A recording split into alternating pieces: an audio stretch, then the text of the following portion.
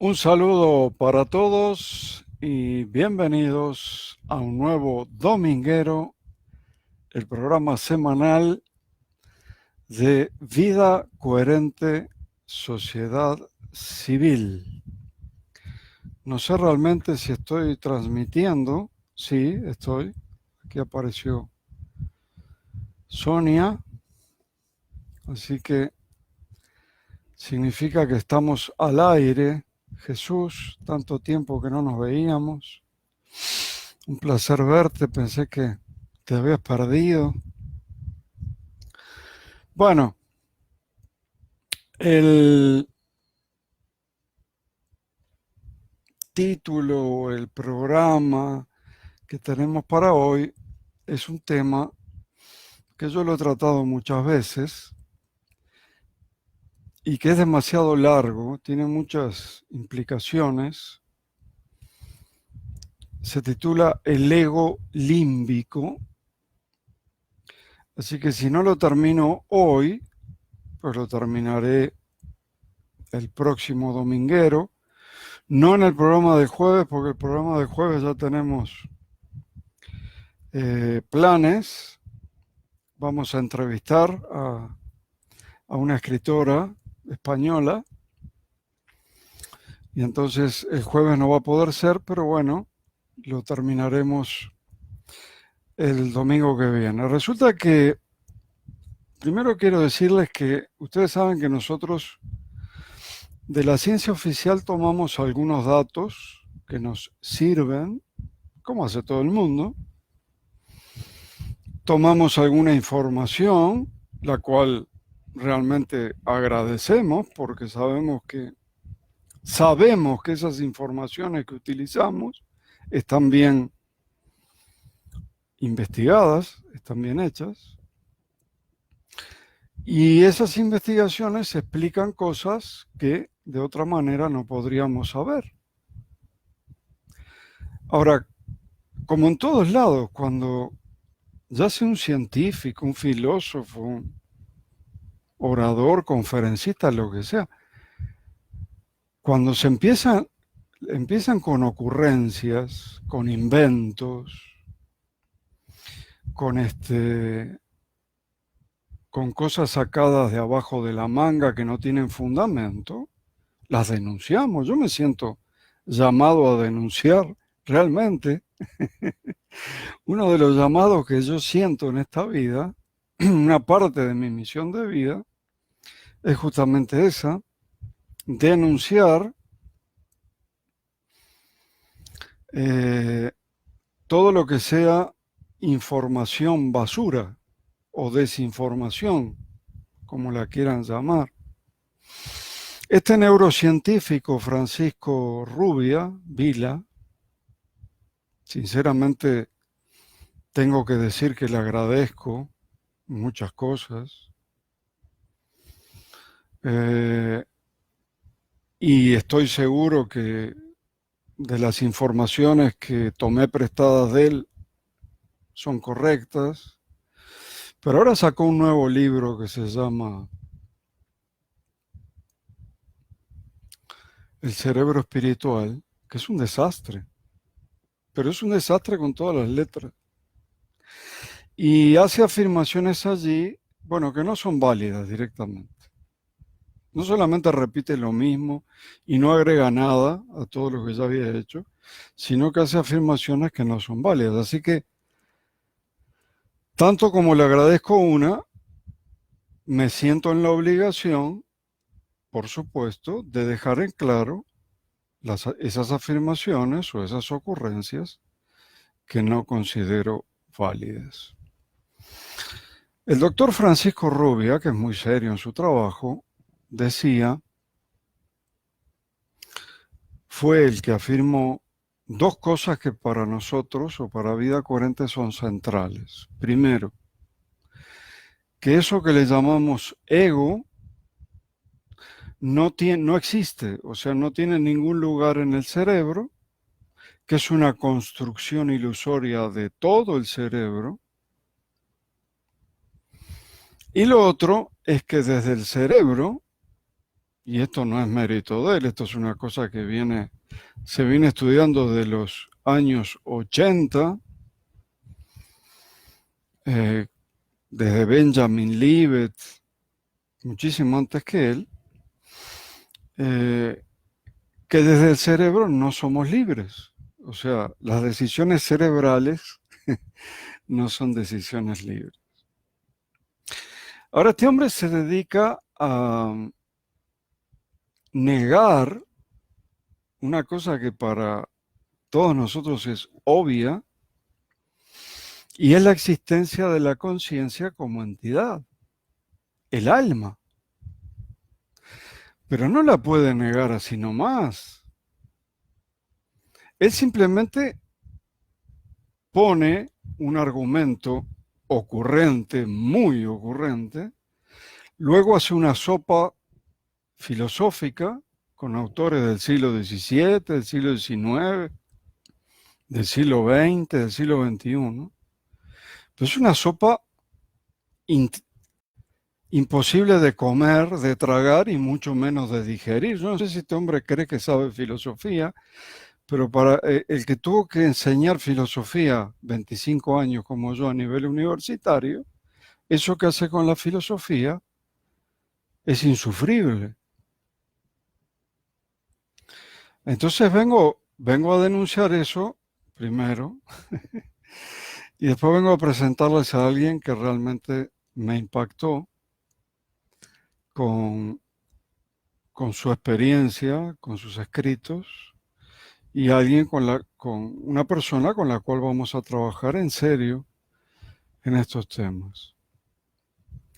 Esto del ego límbico es un tema que realmente lo tenemos que estudiar. ¿Por qué? Porque si nosotros nos dedicamos a hacer meditación grupal, nos dedicamos a dirigir la intención de la conciencia hacia problemas del mundo, para equilibrar ese obvio desequilibrio que hay entre, por un lado, la incoherencia que pesa mucho más y la coherencia que debería empezar a equilibrarse. Y eso es algo que no es natural, eso es algo, ya lo sabemos, algo impuesto. Y acá vendría otro tema de discusión, que es la intervención de nuestro ADN. Ya sabemos que nuestro ADN está intervenido. Sucede que el tema de la intervención del ADN, el tema de que tenemos un código puesto en nuestro ADN, y ese código básicamente son algoritmos, yo le digo algoritmos informáticos para no confundir. En realidad son sistemas algebraicos computacionales de alta complejidad. Eso lo descubrieron dos rusos. Y como para nosotros los rusos parece que no existen, no le hacemos muchos casos, no le hacemos mucho caso. Pero esa intervención del ADN más una programación que tiene miles de años de antigüedad y es constante, es continua, hace que nuestra civilización, nuestra raza, el ser humano, tenga un gravísimo problema. Y es el gran problema de la separación. Y la primera separación que lograron es justamente la separación individual. Nos separaron a cada uno de nosotros de nuestra propia conciencia. O sea, tenemos el ego, que es un falso yo,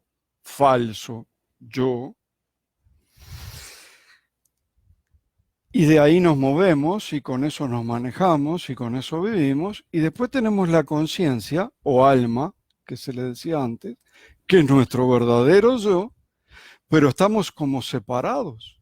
Y de allí vienen todas las separaciones. O sea, Eso trajo como consecuencia toda una cadena de separaciones. Nos separamos entre nosotros mismos. Justamente esta rubia Vila decía que el ego es una construcción ilusoria de todo el cerebro que nos trata de convencer de una autonomía que no es real. En eso estuvo muy bien. En eso lo apoyo. Pero vean ustedes el argumento que utiliza para hablar de la espiritualidad. Como si la espiritualidad fuera algo que no existía,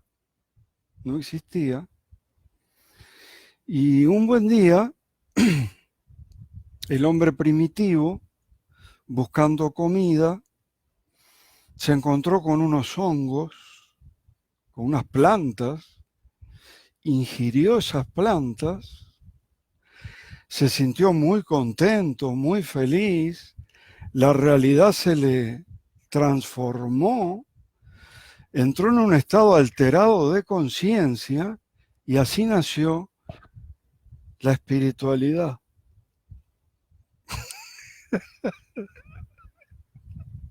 Más o menos ese es el argumento, se lo voy a leer, porque es de no creer esto. La espiritualidad, definición de Rubia, Vila, Francisco. Sentimiento o impresión subjetiva de alegría extraordinaria, de acceso a otra realidad diferente a la cotidiana, más vívida e intensa, producida por una hiperactividad del cerebro emocional, o sea, del sistema, de todo el sistema límbico. Por eso le llama conciencia límbica, pero para él la conciencia y ego son sinónimos. Conciencia como capacidad, no conciencia como entidad. Dice la espiritualidad, perdón, él dice que el éxtasis es el origen de la espiritualidad. La espiritualidad es tan antigua como el ser humano. Y no es extraño que ya en los homínidos se dieran manifestaciones de una cierta espiritualidad. Quizá de manera fortuita, al descubrir por casualidad el potencial de alteración de la mente de plantas u hongos durante la exploración de su, estoy leyendo textual, de su entorno en busca de alimento. Al ser definida de este modo, la primera constatación es que la espiritualidad es del ser humano, pero que el origen hay que buscarla en los estados alterados de conciencia. ¿Qué tienen que ver los estados alterados de conciencia con la espiritualidad? Lo que nosotros ahora llamamos trabajo conciencial. No hay nada menos alterado, no hay nada más coherente en esta vida que el trabajo conciencial. O sea, un estado alterado de conciencia no te hace sentir uno con tus semejantes. Un estado alterado de conciencia no tiene nada que ver con las sincronicidades que están súper comprobadas de que estás pensando en alguien y te lo encuentras o te llama por teléfono. No tiene nada que ver con la intuición. Todos tenemos intuición y a veces tenemos intuiciones muy certeras. ¿Qué tienen que ver los estados alterados de conciencia con la intuición? Con el amor incondicional, con el amor universal. ¿Qué tiene que ver con la telepatía que está comprobada? Rupert Sheldrake comprobó experimentalmente la telepatía. Bateman comprobó experimentalmente que dos personas pueden sentir exactamente lo mismo, aunque estén separadas kilómetros y kilómetros de distancia. Cualquier madre, Cuando su hijo se siente mal, aunque esté en otro país, siente que su hijo está mal. ¿Qué tiene que ver eso con los estados alterados de conciencia? Por favor.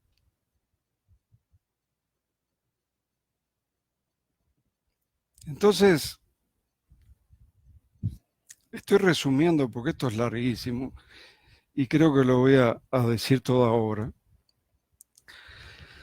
Yo creo que la espiritualidad no es otra cosa que la búsqueda de lo trascendente en el ser humano. O sea, como seres humanos nos sentimos vacíos, sentimos un hueco, sentimos una soledad,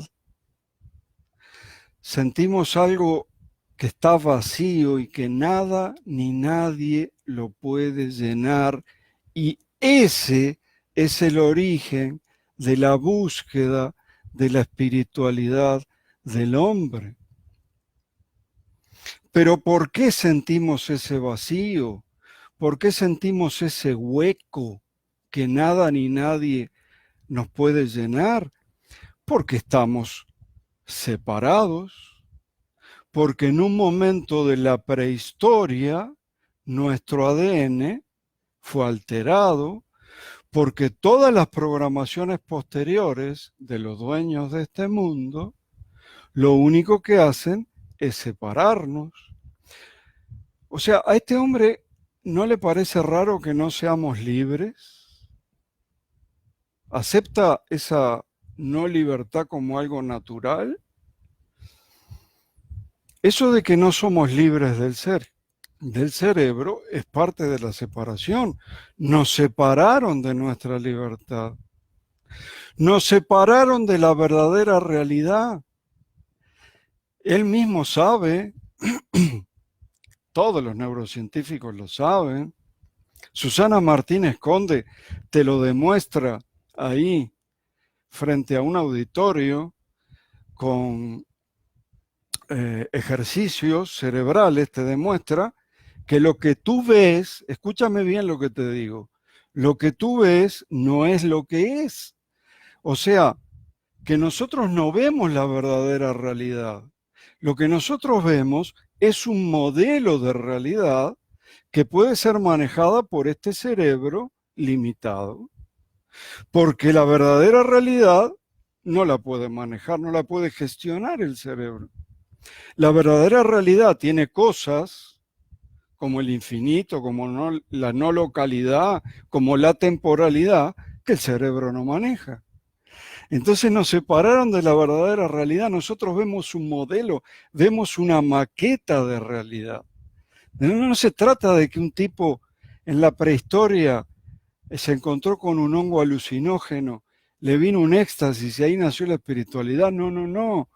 Venimos a esta vida con ese sentimiento de carencia, de falta. Erich Fromm, uno de los psicoanalistas más genios de todos, para mí mucho más claro y menos ocurrente que Freud, hablaba del sentimiento de separatidad. Venimos a esta vida con un sentimiento que no se puede explicar y Erich Fromm lo llamaba el sentimiento de la separatidad.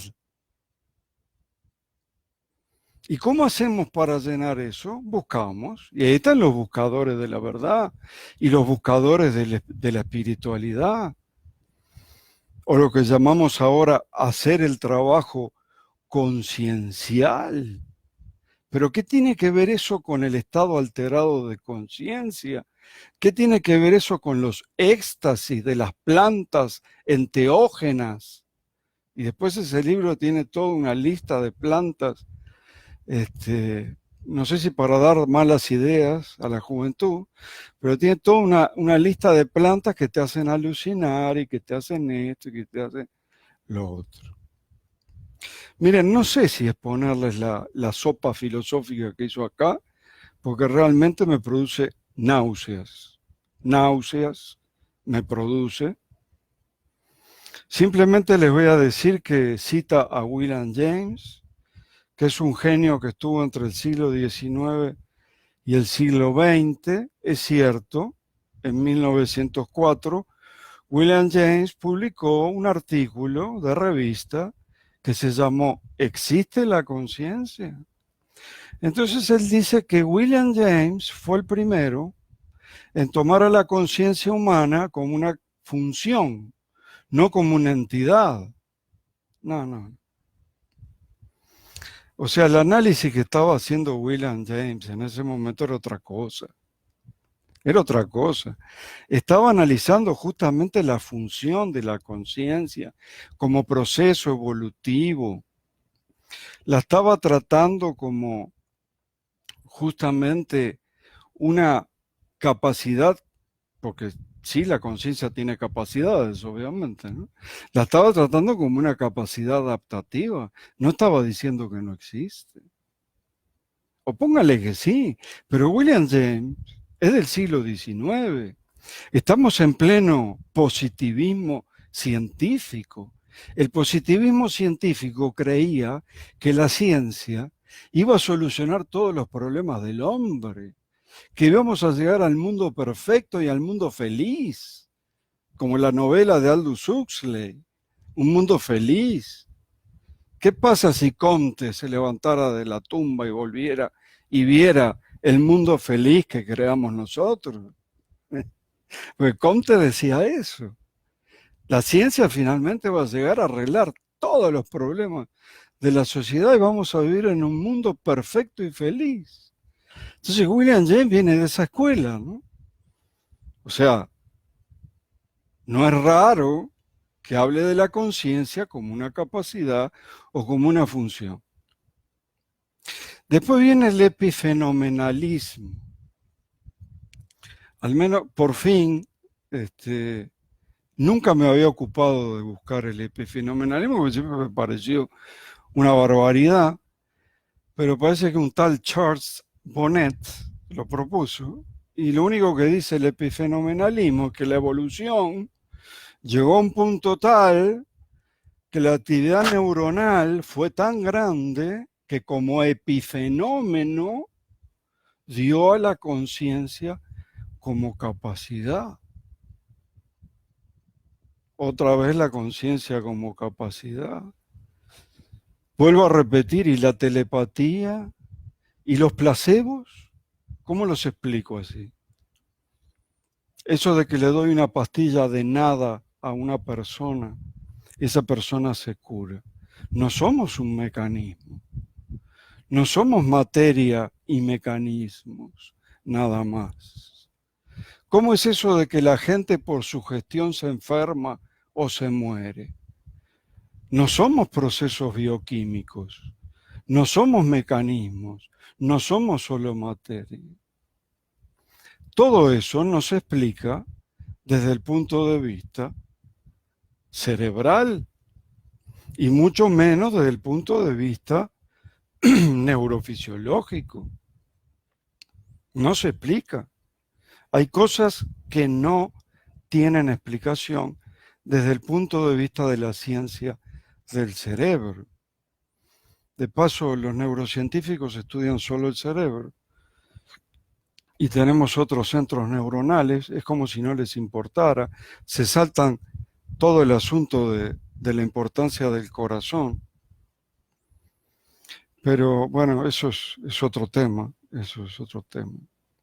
El dualismo cartesiano, se pone a hablar en pleno siglo XXI del dualismo cartesiano, que el dualismo cartesiano tenía problemas para explicar la relación entre el cerebro y la inteligencia o la mente, en sentido amplio, la conciencia inmaterial, el cerebro material, la conciencia inmaterial. Pero ¿cómo no va a tener problemas Descartes en explicar eso si para Descartes no existía la energía? La energía no era un concepto claro y distinto para Renato Descartes. Por favor.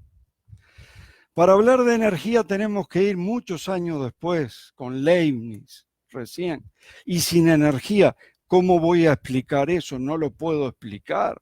En el siglo XVII no se podía explicar.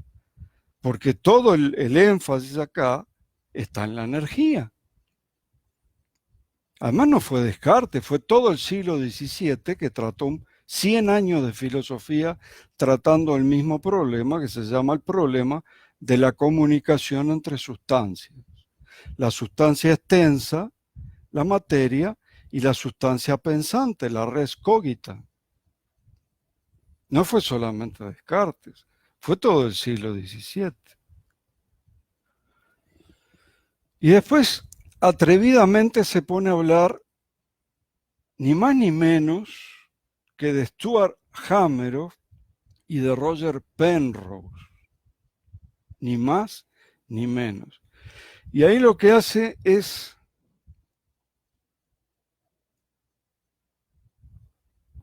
tomar lo que le conviene.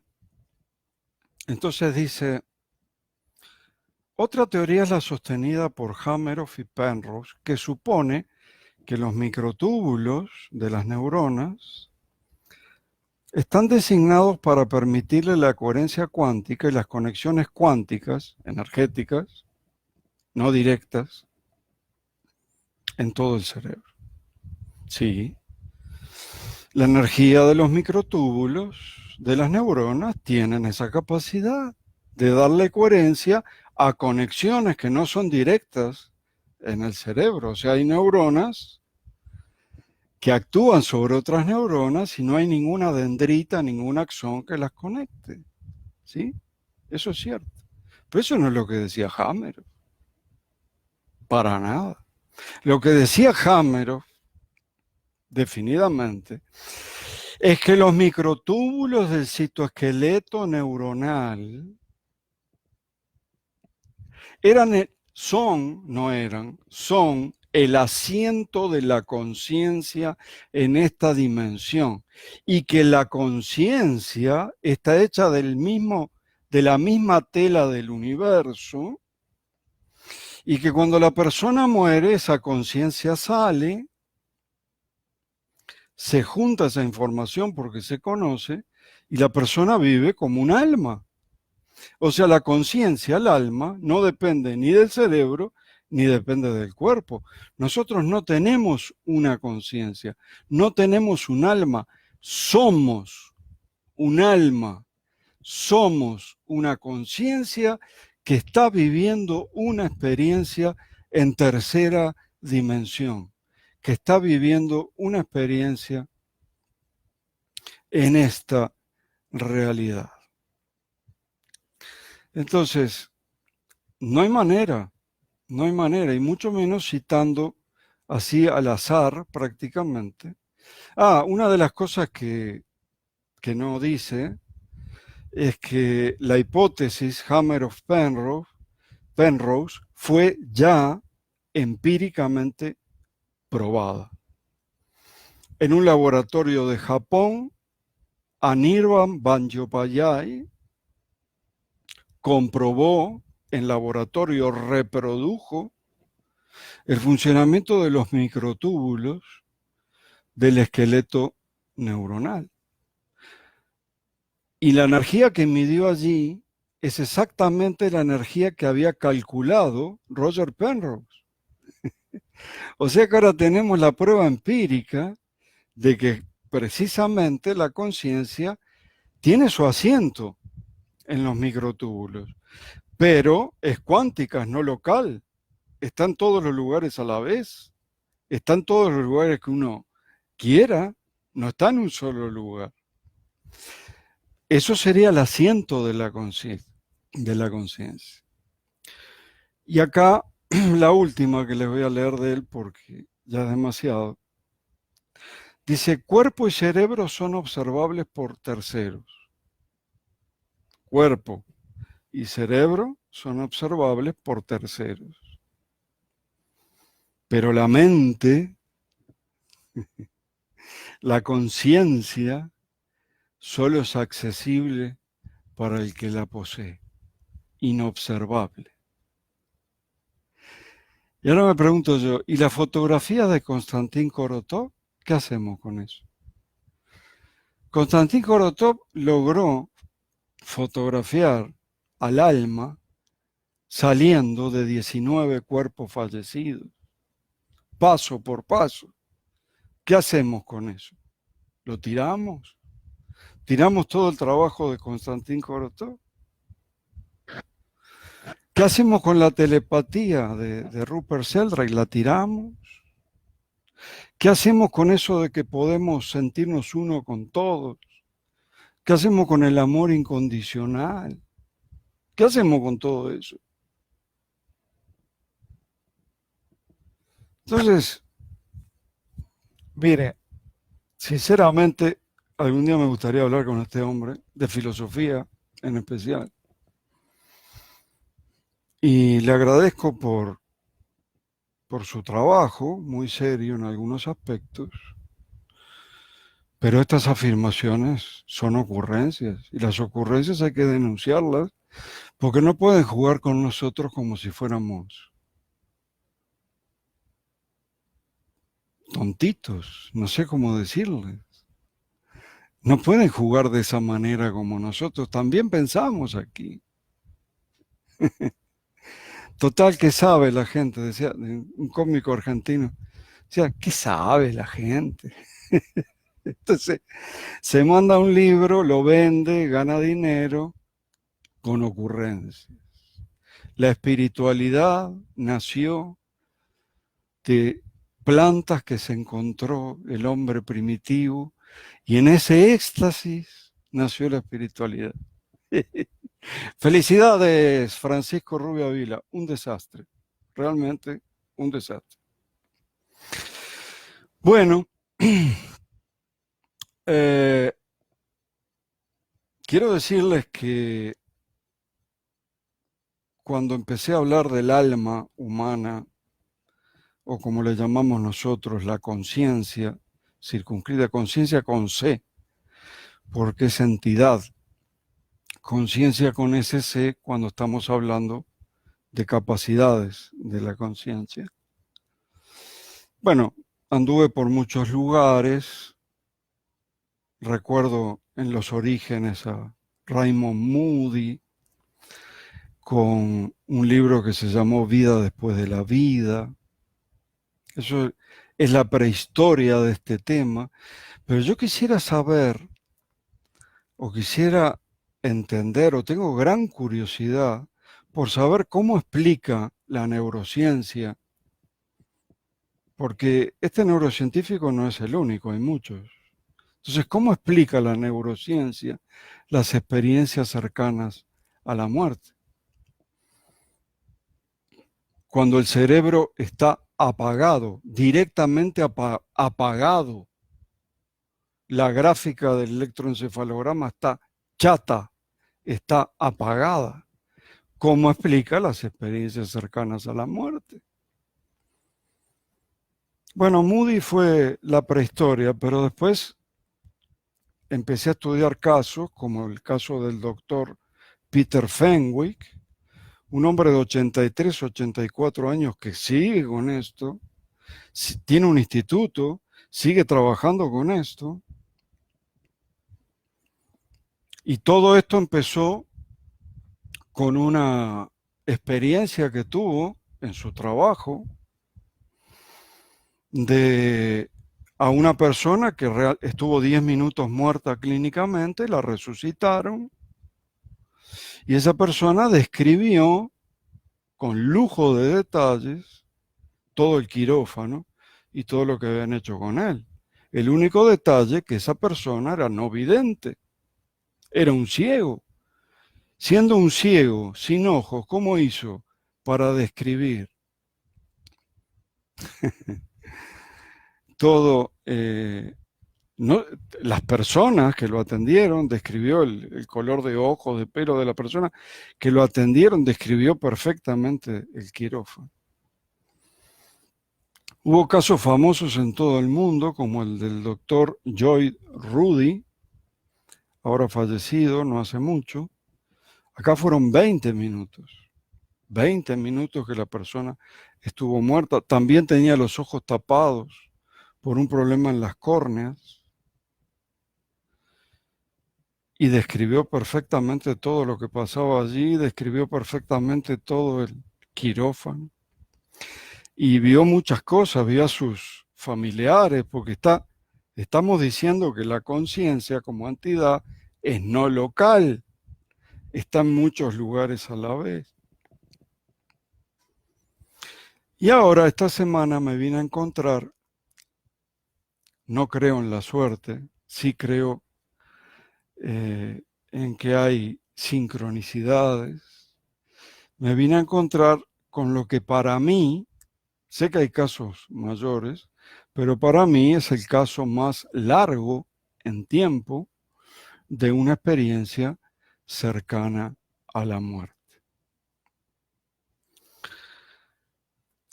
El nombre de esta escritora española es Tessa Romero, una persona maravillosa en todo sentido de la palabra. Pero esta persona tiene un libro, editó un libro, que ya es bestseller, y se llama 24 minutos en el otro lado. 24 minutos en el otro lado. Vivir sin miedo a la muerte.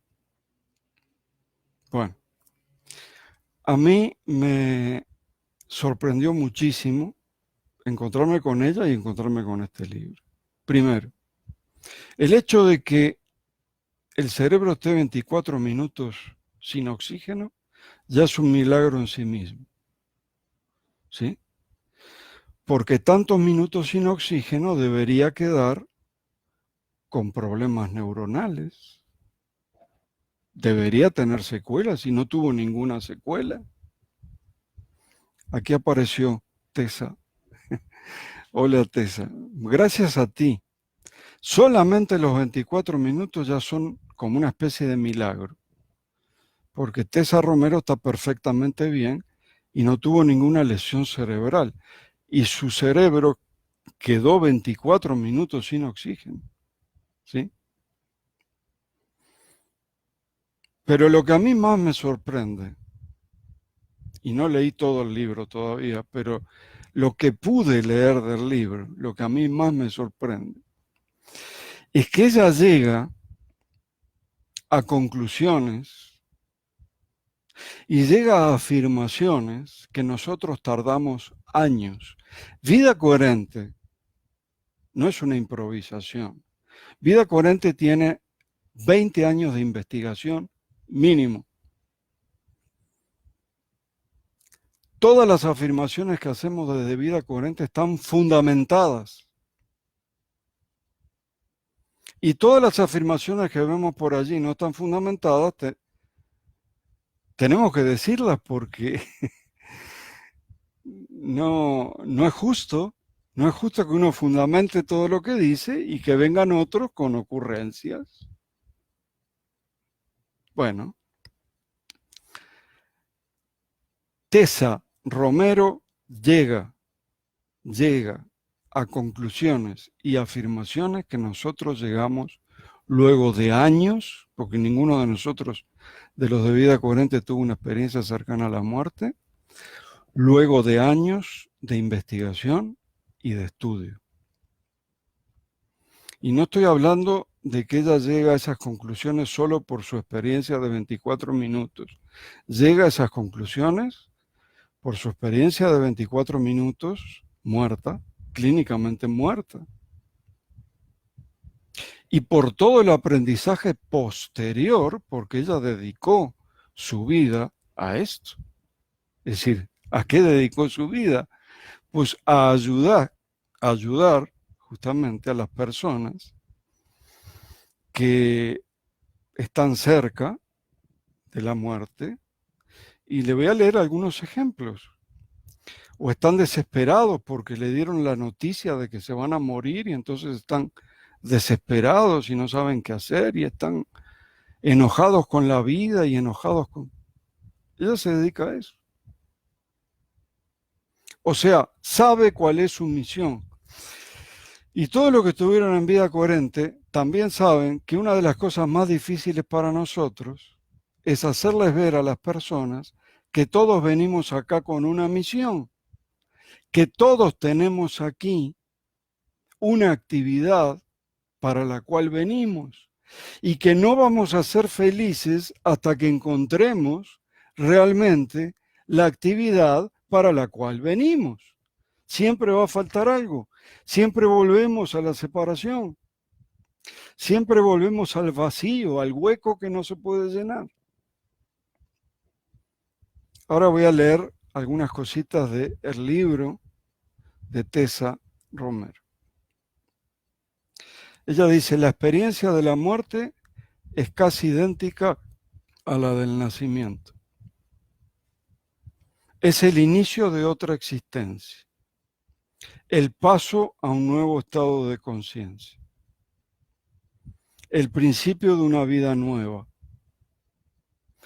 La naturaleza de la muerte es el mayor enigma de la humanidad y a través de este libro viajaremos al más allá. Eso me hizo gracia, pero es cierto. Leyendo ese libro ustedes se ponen más allá del velo de Maya, se ponen más allá de la ilusión, se ponen más allá de lo que no es, ingresan con una persona de confianza a un ámbito, a una dimensión que ustedes no conocían.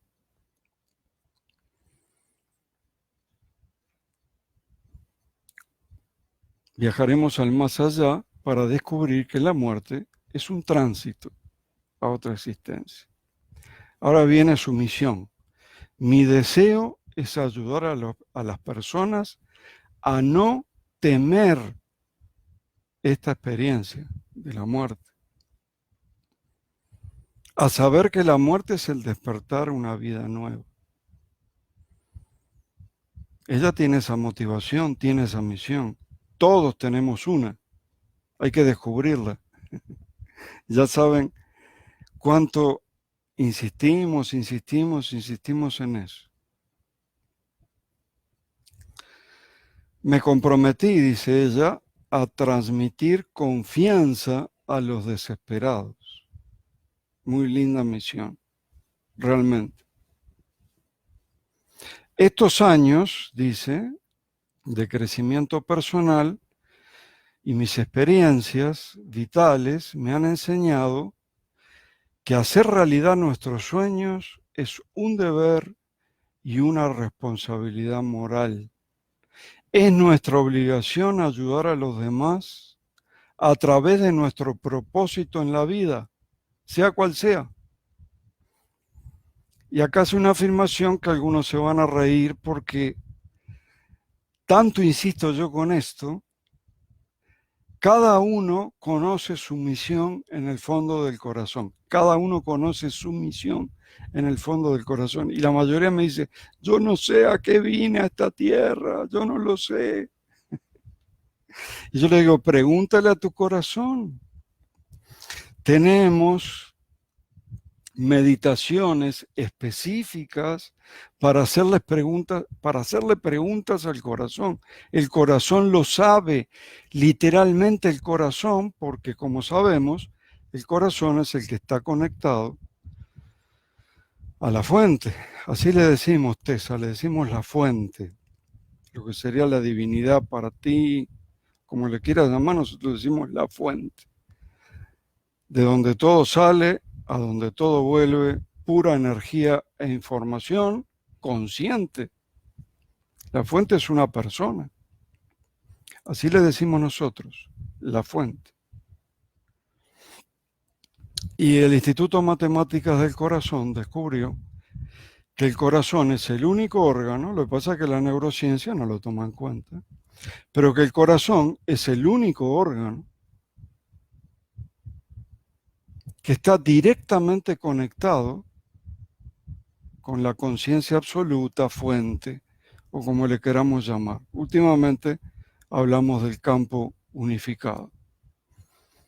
Y lo sabe porque descubrió que el corazón siente, presiente, sabe lo que va a venir, sabe una cantidad de cosas que el cerebro no sabe.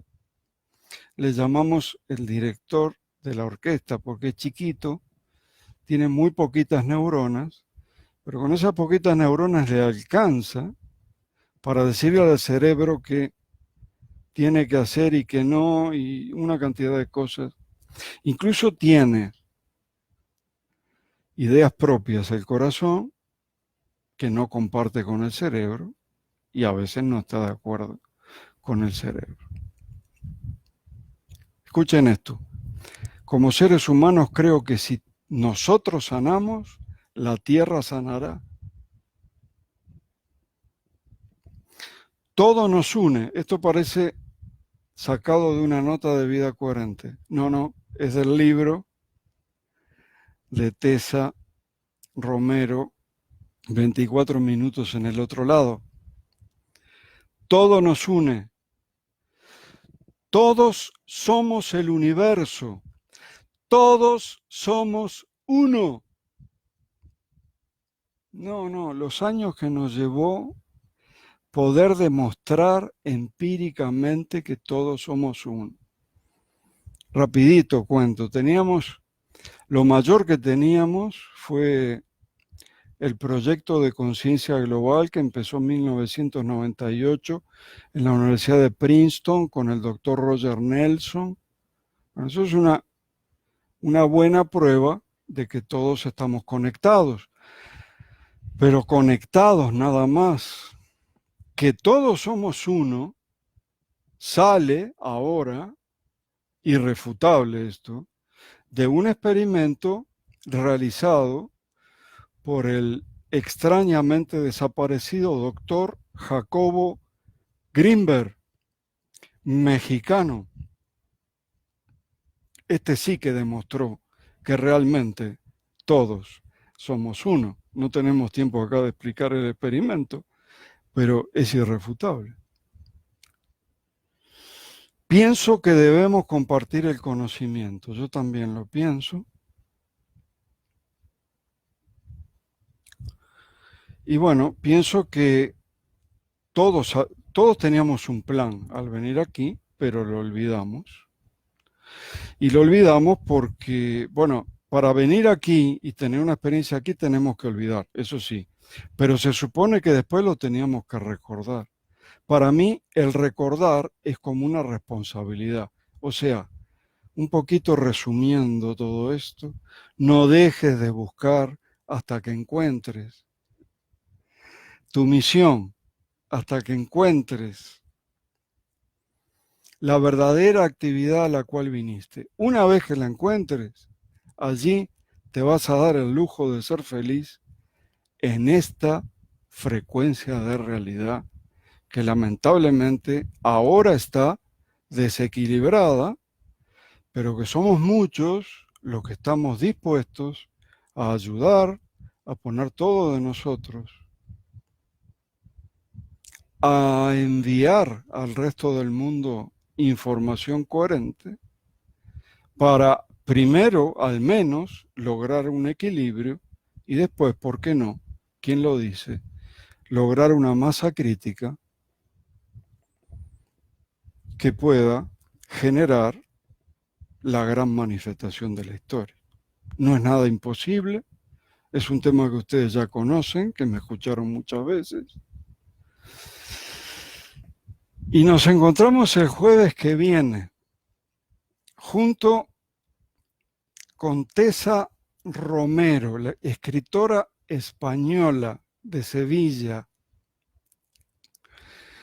Vamos a hablar, vamos a tener una conversación cordial y ustedes van a saber dónde preguntar, van a saber cómo comprarle sus libros a través de Amazon, en fin. Y por supuesto, finalmente terminé esto y mejor terminarlo el tema por todo lo anterior. Pero nos volvemos a ver el próximo domingo como siempre, en el consabido programa El Dominguero de Vida Coherente Sociedad Civil. Que estén bien.